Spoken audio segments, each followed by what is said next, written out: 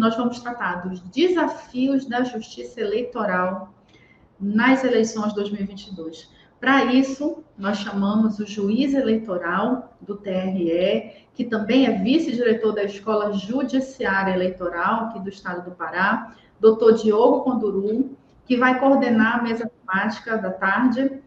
Boa tarde, doutor Diogo. Muito obrigada pela sua atenção, pela sua disponibilidade de mais uma vez estar aqui com a gente, disponibilizando seu tempo e compartilhando um pouco do seu conhecimento, né, diante de todo esse cenário, sendo que é uma autoridade, sem sombra de dúvida, que vai poder nortear as nossas discussões a respeito das eleições de 2022. Muito obrigada, boa tarde. Passa a palavra para o senhor. Boa tarde, consegue me ouvir bem? Sim, o áudio está ótimo. Consegue me ouvir? Deixa eu quadrar melhor aqui, tá bom. Tá bom. Boa tarde a todas e a todos aqueles e aquelas que nos assistem. Eu gostaria de, inicialmente, agradecer à Revista Cidades e Negócios pelo convite. Acho que todo o debate, eu andei dando uma olhada no card das apresentações e vi que trouxeram temas muito importantes, temas modernos que a gente precisa discutir. Bom, o tema que me deram para falar foi sobre... eu gostaria só de confirmar o meu quanto tempo eu tenho. Desculpa. Só para a gente não acabar não ultrapassando o tempo.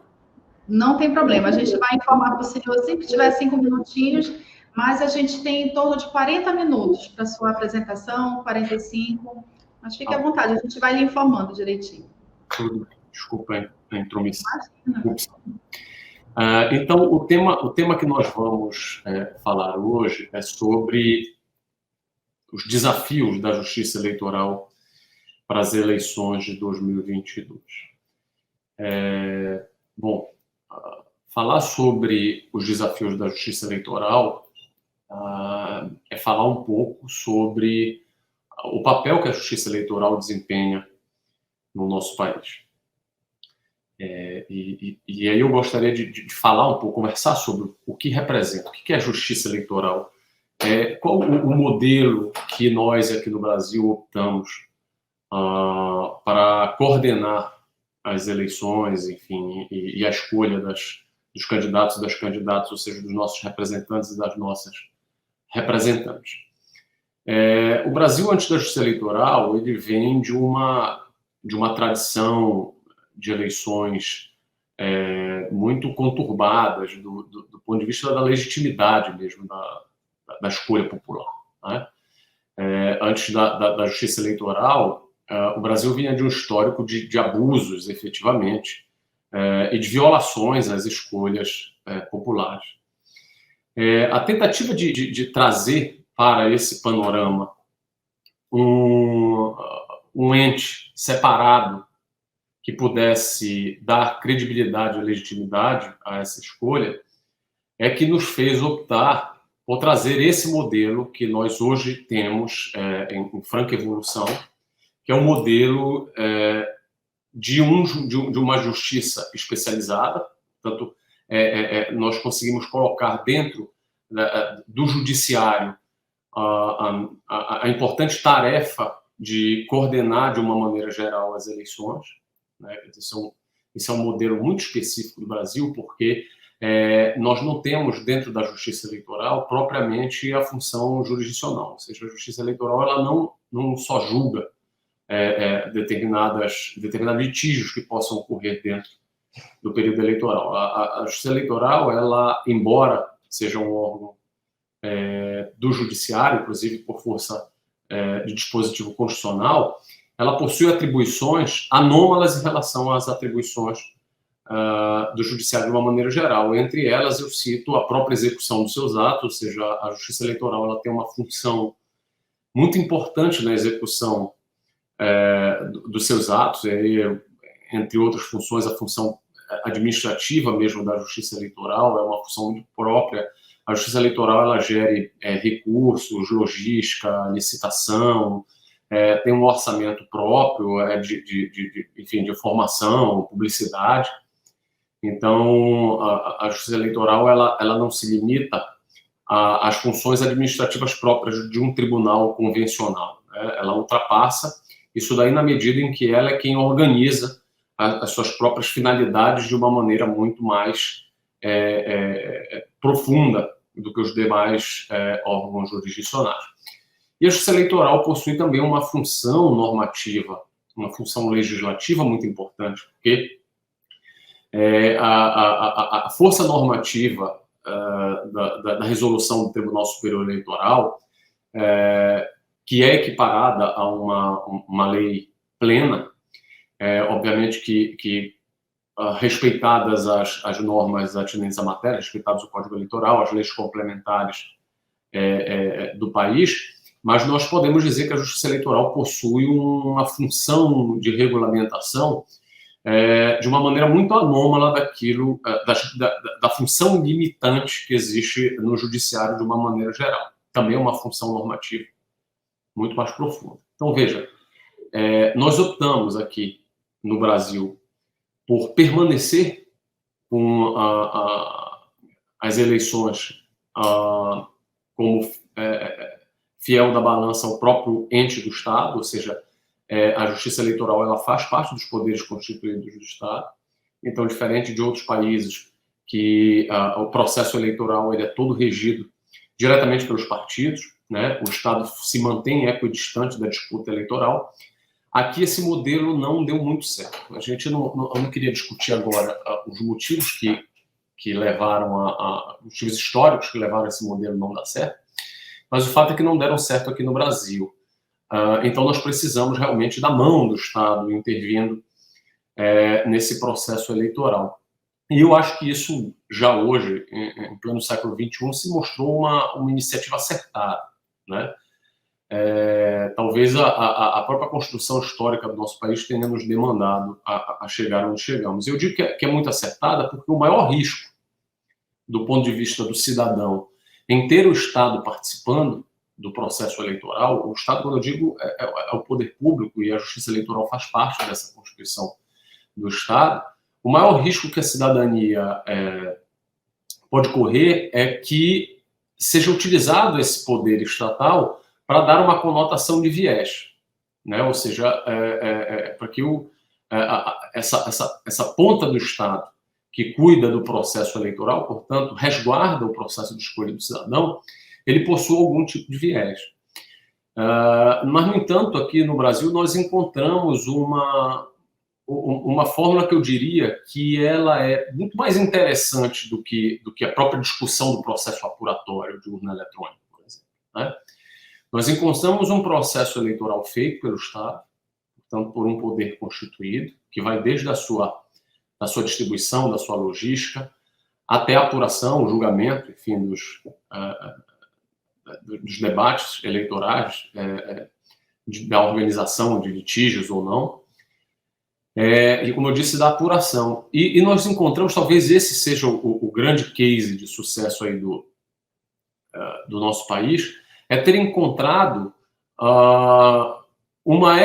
apesar de sermos parte do Estado, temos encontrado uma equidistância, ou seja, a Justiça Eleitoral, pelo seu grau máximo de autonomia que se pode dar na concentração de poderes para um órgão jurisdicional, portanto, não é um órgão eleito, ele consegue atingir um grau de maturidade e equidistância em relação aos poderes eleitos, que essa sim é talvez, o grande legado da Justiça Eleitoral para o restante do mundo. Ou seja, como organizar eleições a partir de um poder constituído, eleições de maneira ampla, todo o processo eleitoral, desde como eu disse, da logística até a apuração, passando pelo julgamento de eventual litígio, e entregar isso de uma maneira justa, transparente e igual, né?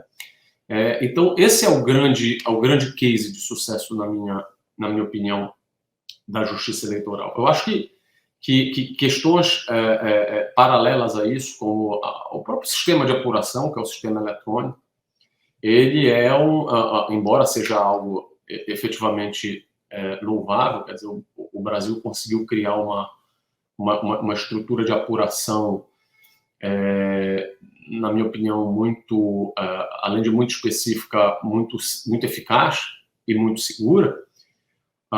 Os debates que eventualmente se vão levantar são debates que a sociedade já está discutindo, portanto, não é essa a minha intenção aqui, não é, para dizer a linguagem moderna, lacrar, né, dizer quem está certo e quem está errado, isso daí a sociedade de alguma maneira já vem deliberando, mas o fato é que nós temos um sistema seguro e é um sistema cujas discussões de aumento de segurança do sistema serão sempre muito bem-vindas, né?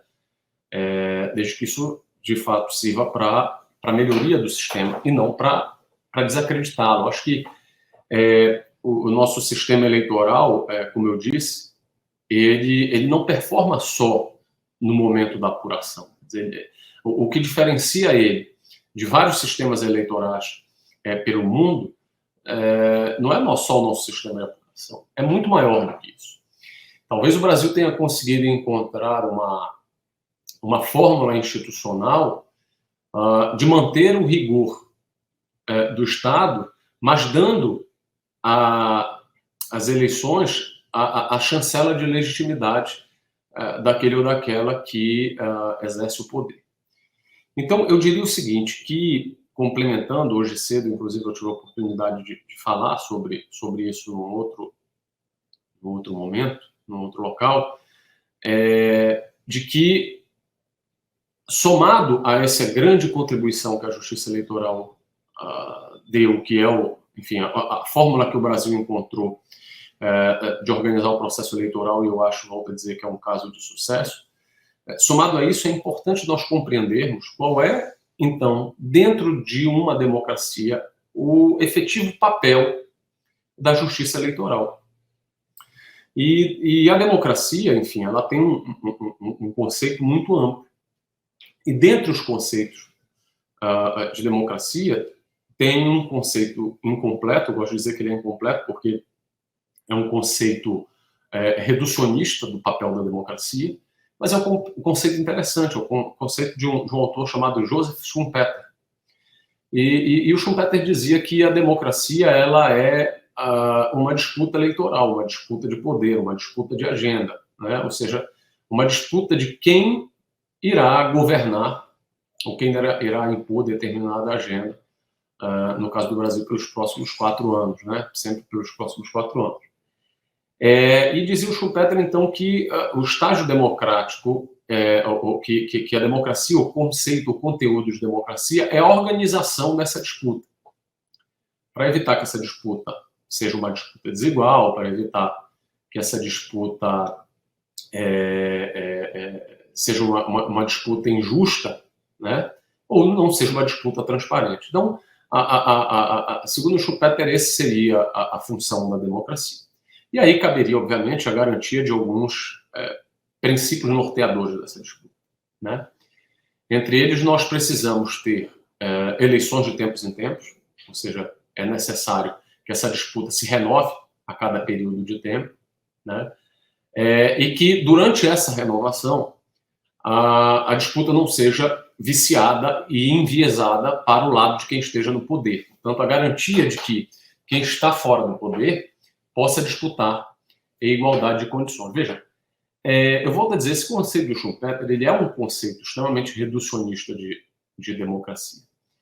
Mas se nós formos analisar esse conceito do ponto de vista daquilo que nós imaginamos que é a função da justiça eleitoral, a gente pode dizer que talvez esse conceito ele esteja muito bem servido para a nossa justiça eleitoral, né? Ou seja, qual a função efetiva da justiça eleitoral?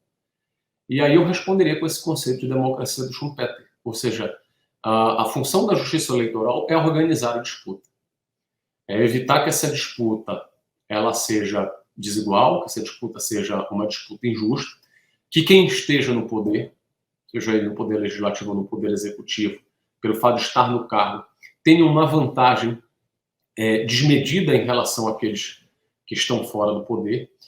E a gente tenta, a partir do nosso regramento eleitoral, buscar, ainda que artificialmente, alguma igualdade dentro da disputa eleitoral.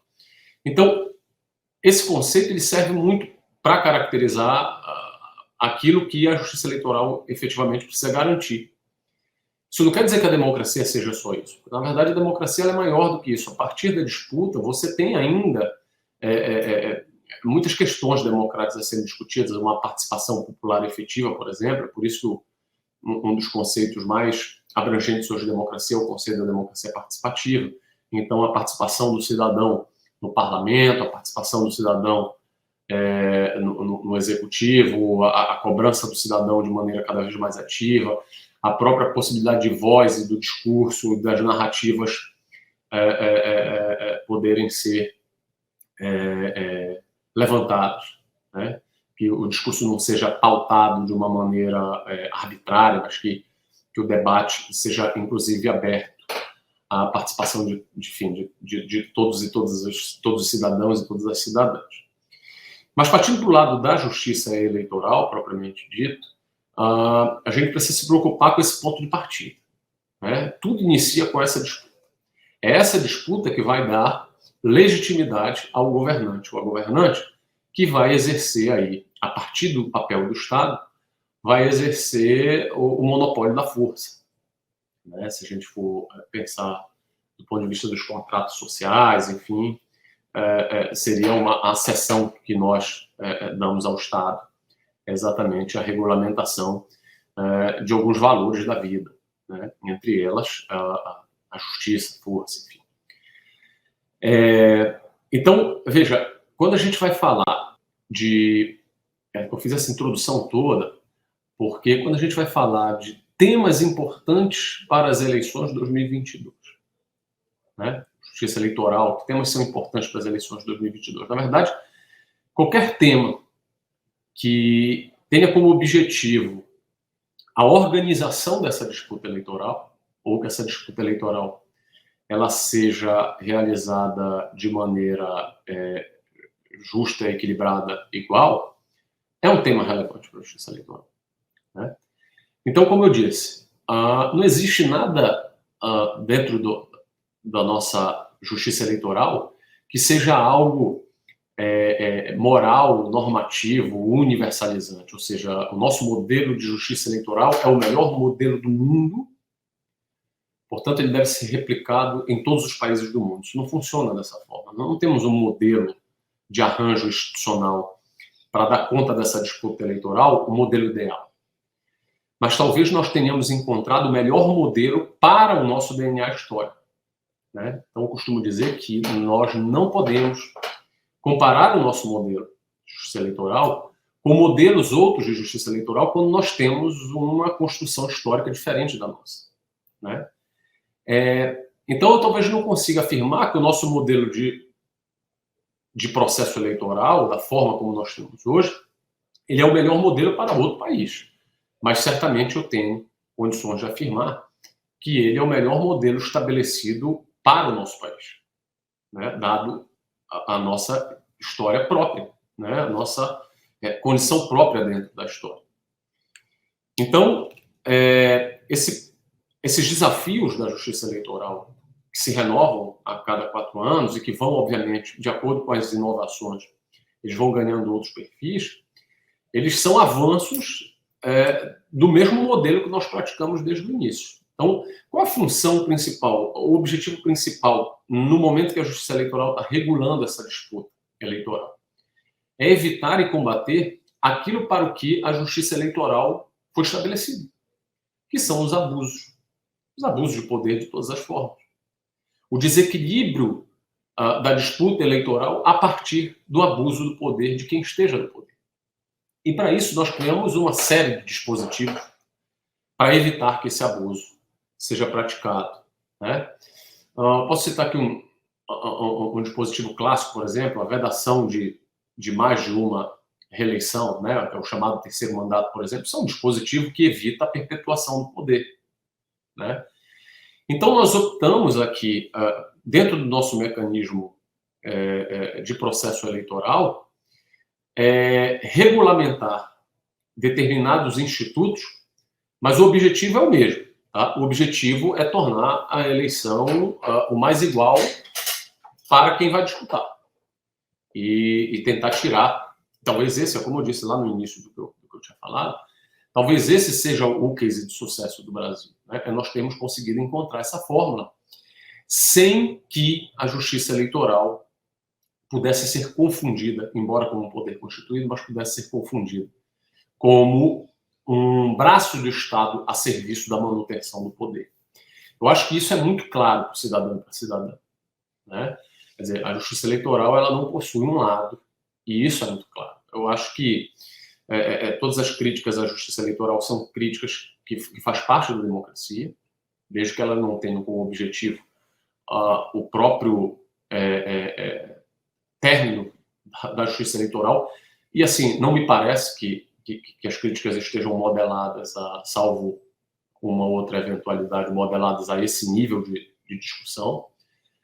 E faz parte também da estrutura. Quer dizer, a justiça eleitoral, como parte do Estado, ela não está aqui para não ser criticada em nenhum momento. Pelo contrário, a justiça eleitoral, inclusive, abre as suas portas, né, para quem queira participar do próprio teste de segurança dos critérios que são utilizados pela justiça eleitoral. A gente vê que o parlamento também discute aperfeiçoamento de normas para que a justiça eleitoral possa, de uma maneira geral, entregar um processo eleitoral melhor, né? Desde a criação de federações, por exemplo, o parlamento e a discussão própria agora do novo Código Eleitoral, tudo isso faz parte do aperfeiçoamento da justiça. Então, veja, nós não podemos dizer que a justiça eleitoral ela não admite críticas. Isso não é verdade. Quer dizer, a justiça eleitoral ela está o tempo inteiro numa constante evolução e dialogando sempre com os poderes. Então, todas as críticas construtivas ao nosso modelo, elas são muito bem-vindas. Mas não há possibilidade, pelo menos eu não enxergo nisso, neste momento histórico, a possibilidade de nós termos algo diferente do que nós temos hoje. Primeiro porque a justiça eleitoral efetivamente entrega a função para que ela foi criada. E eu acho que entrega muito bem essa função. Tá? Deixa eu só me ver aqui. Tá bom. Então, eu acho que a justiça eleitoral entrega muito bem essa função, né? E depois porque nós, dentro do processo eleitoral brasileiro, não encontramos nenhuma outra alternativa melhor, pelo menos não que eu conheça, né? Pelo menos não que eu conheço, o que não quer dizer, volto a repetir até em demasia, que um aperfeiçoamento não seja bem-vindo. Aliás, é sempre bem-vindo. Eu até confesso para vocês que eu estou um pouco mais de fazer, acho que 3 anos, talvez, se não me falha a memória, mais ou menos isso dentro da justiça eleitoral, e eu já pude ver de lá para cá uma série de avanços de todas as ordens, desde das estruturas de informação, de tecnologia de informação, a avanços normativos mesmo, avanços estruturais, né? A justiça eleitoral está num constante avanço para aumentar a sua eficiência. Então, veja, é importante porque todos os institutos, e a gente estava falando, eu vou retornar para esses institutos que foram criados, até para que a gente possa compreender o porquê que eles existem, né? Como, por exemplo, propaganda, financiamento de campanha. Observem que em todos esses institutos há abuso de poder político, abuso de poder econômico. Em todos esses institutos há uma preocupação das normas eleitorais como um todo em equilibrar o jogo da disputa do poder. Porque só esse jogo equilibrado é que nós vamos iniciar um processo democrático legítimo, né? Existem países, por exemplo, que essas propagandas elas quase não são regulamentadas. O financiamento, inclusive, de campanha, ele é eminentemente privado, ou seja, a gente tem quase nenhum financiamento público, ao contrário daqui, hoje o financiamento basicamente é o financiamento público, com exceção da doação de pessoas físicas, né? Há uma vedação expressa hoje por determinação e força do Supremo Tribunal Federal de proibição de doação de pessoas jurídicas para a campanha. Isso tudo faz parte, como eu disse, faz parte do nosso DNA histórico, né? Nós temos uma história de abuso em relação a essas questões, né? onde grupos grandes grupos que detêm negócios no Estado, por exemplo, conseguiam concentrar ou conseguiam dominar ou capturar determinadas instituições com vistas à perpetuação no poder. E isso era algo, isso sim, era algo que corroía o nosso espírito, a nossa cultura democrática. Né? Então, esse constante aperfeiçoamento faz com que a justiça eleitoral combata isso. E de que maneira a gente, no Brasil, combate isso? Com alguma regulamentação, de fato. É muito forte. A justiça eleitoral ela tem um braço regulamentar e ela leva muito a sério isso, porque nós temos uma cultura democrática muito avançada para um país com uma democracia moderna relativamente nova, mas nós ainda temos vicissitudes do passado que precisam ser combatidas, abusos do passado que precisam ser combatidos. E que sem esse combate, certamente iriam descambar para um desequilíbrio eleitoral muito forte. A propaganda eleitoral é uma delas. Né? Quer dizer, vamos tentar enxergar o mundo um pouco. Acho que é difícil, porque eu ainda vivi num mundo sem internet. Né? Eu sou da geração da transição, né? De um mundo analógico para o mundo digital. Mas mesmo eu hoje tenho dificuldade de lembrar desse mundo em que a gente não tinha redes sociais, internet. Mas os meios de comunicação eram muito fortes. Ou seja, basicamente, a propaganda eleitoral mais forte era aquela propaganda feita em rádio e televisão. Né? E a justiça eleitoral regulamentou isso de uma maneira muito forte. Inclusive, um dos players que eram colocados na disputa eleitoral era o tempo de TV e o tempo de rádio. Não que isso não seja importante, ainda hoje me parece que no processo eleitoral ainda há alguma importância política para os partidos, mas isso vem perdendo importância com a amplitude que a internet dá. Né? E a tendência é que cada vez mais esses meios de comunicação se deem através da internet, que é um democratizador dos meios de comunicação. Isso não quer dizer que a justiça eleitoral vai perder o controle sobre isso. Pelo contrário. Na verdade, o Brasil, inclusive, deu um passo à frente em relação ao mundo inteiro sobre esse controle, que não é uma censura, tá? Porque a justiça eleitoral não faz controle prévio de conteúdo. Em hipótese alguma, isso nem pode ser feito, esse controle prévio de conteúdo. Mas nós temos ferramentas interessantes aqui, e eu diria que essas ferramentas foram construídas pela Justiça Eleitoral do Brasil, né? O nosso Tribunal Superior Eleitoral. Uma dessas ferramentas é, por exemplo, quando a gente vai acessar dentro das redes sociais ou recebe alguma postagem de alguém que nós estejamos seguindo, por exemplo, que fale sobre algum conteúdo que, direto ou indiretamente, trate sobre o processo eleitoral. Né? Não sei se a maioria de vocês já devem ter acompanhado, lá embaixo aparece no rodapé, dizendo que se trata de conteúdo eleitoral e remetendo a algum sítio da Justiça Eleitoral que, invariavelmente, vai debater sobre aquele mesmo assunto. Então, o cidadão e a cidadã, se efetivamente olharem um determinado conteúdo que não seja verdadeiro, eles têm condições, para além de denunciar esse conteúdo para as plataformas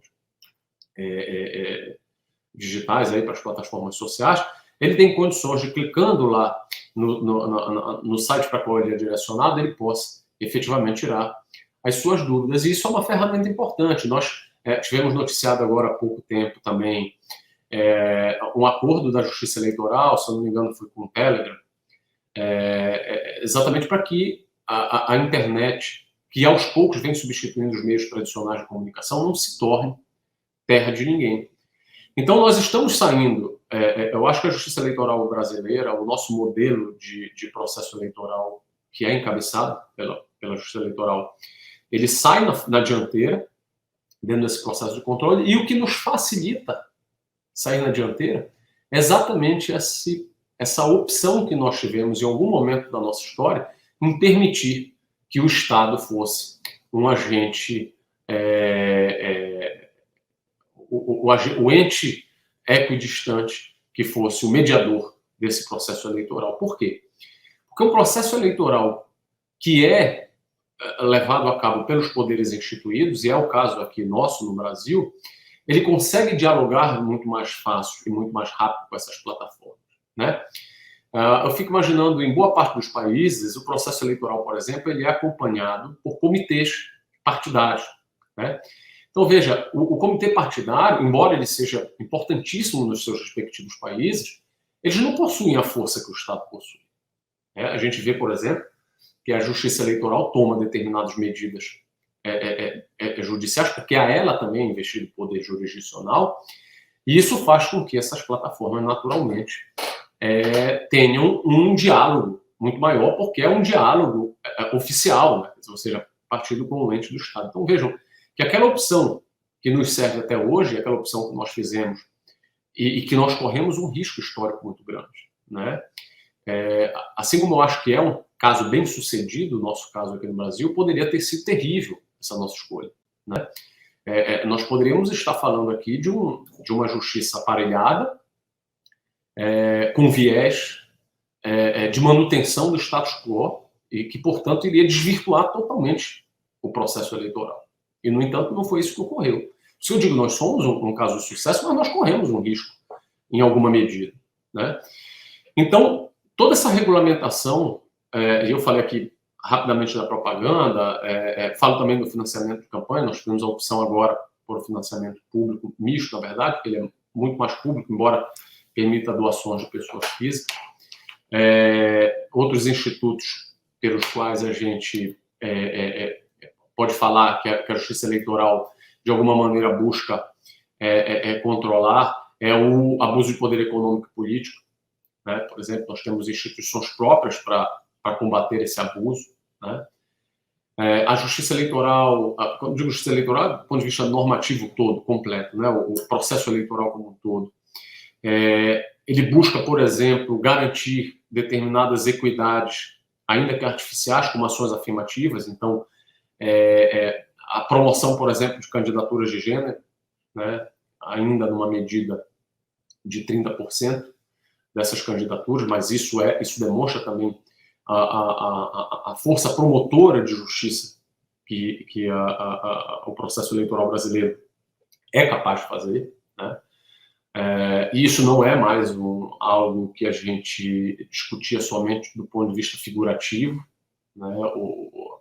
O processo, a justiça eleitoral, de uma maneira geral, vem demonstrando que isso é algo que os partidos, a questão das cotas de gênero e cotas raciais, é algo que os partidos devem levar a sério, porque há consequências, e não são consequências abstratas, são consequências distantes, são consequências reais para o processo de escolha dos membros desse partido, ou seja, o partido, de fato, em não cumprindo aquilo que é impositivo pela legislação, ele pode sofrer sanções que podem culminar, inclusive, na perda do mandato eletivo, né? Daquelas que foram efetivamente eleitas, porque, eu volto a dizer, ainda que de uma maneira artificial, e é necessária, por isso é uma construção ainda artificial, porque a tendência é que um dia nós não precisemos mais estar aqui falando de gênero, por exemplo, porque isso vai passar a ser algo, espero, natural, mas nós construímos isso com o objetivo de encontrar essa fórmula ideal de disputa, né? Então, observem que a participação do Estado equidistante, portanto, do Estado com autonomia, ou do Estado mediador, aqui dentro do Brasil, em que, pese nós termos corrido, como eu falei, um risco grande, que isso poderia ter desvirtuado para algum outro caminho que não seria o melhor, nós acabamos acertando a mão. Então, nós conseguimos estabelecer coisas que em outros organismos, em outros processos eleitorais, é muito difícil de estabelecer, né?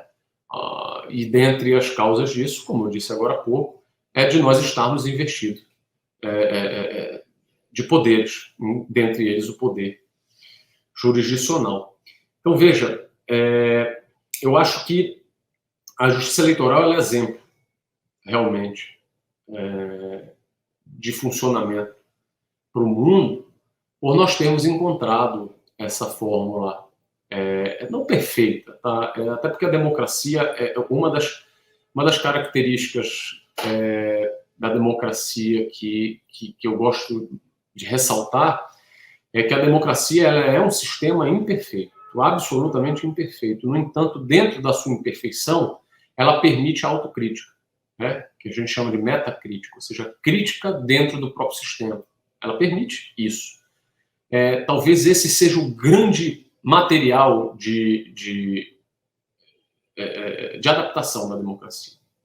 A democracia se adapta a diversas crises, a diversos processos históricos conturbados, enfim, no mundo todo, a processos muitas vezes violentos, porque ela tem a capacidade de autocrítica e nós não podemos perder isso.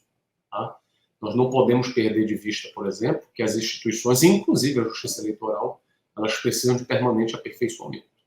Dizer o contrário disso, ou partir do pressuposto de que nós somos algo perfeito e que já não precisa de nenhum tipo de melhoria, não me parece que seja a melhor das conclusões. Tá? Mas tampouco isso significa dizer que nós temos, em qualquer cenário hoje, pelo menos no país que nós temos hoje, a possibilidade de termos comprometimento do resultado eleitoral. De fato, não me parece que isso seja possível. A Justiça Eleitoral ela vai entregar as eleições de maneira transparente, justa, equilibrada e, principalmente, com um processo de apuração seguro. Tá? Eu já recebi aqui o nosso recadinho, a gente acaba falando muito, ainda tendo mais 5 minutos, e acho que, em boa medida, já pude falar aquilo que acredito que seja efetivamente o quadro que nós temos hoje. Né? Eu não queria falar, eu queria aqui falar de algo realmente diferente, não queria falar de mais do mesmo, sobre os desafios, quais são as fake news, as urnas eletrônicas, os modelos de apuração, enfim, porque eu acho que a compreensão da justiça eleitoral nos clareia de uma maneira muito mais robusta todos esses desafios que nós julgamos que nós temos diante das eleições. Então, eu já me encaminhando realmente aqui para o final, gostaria mais uma vez de agradecer a paciência de vocês, espero ter me mantido compreensível.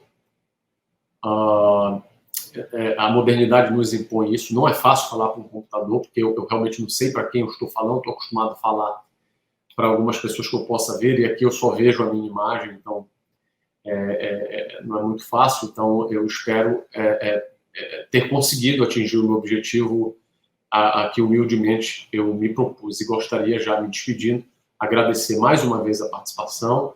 A gente ainda vai continuar com o seminário e eu espero que vocês tenham aí um seminário muito profícuo pela frente. Doutor Diogo, muito obrigada mesmo. Sem sombra de dúvida, a gente sabe os desafios aí de realização de um evento online é esse, né?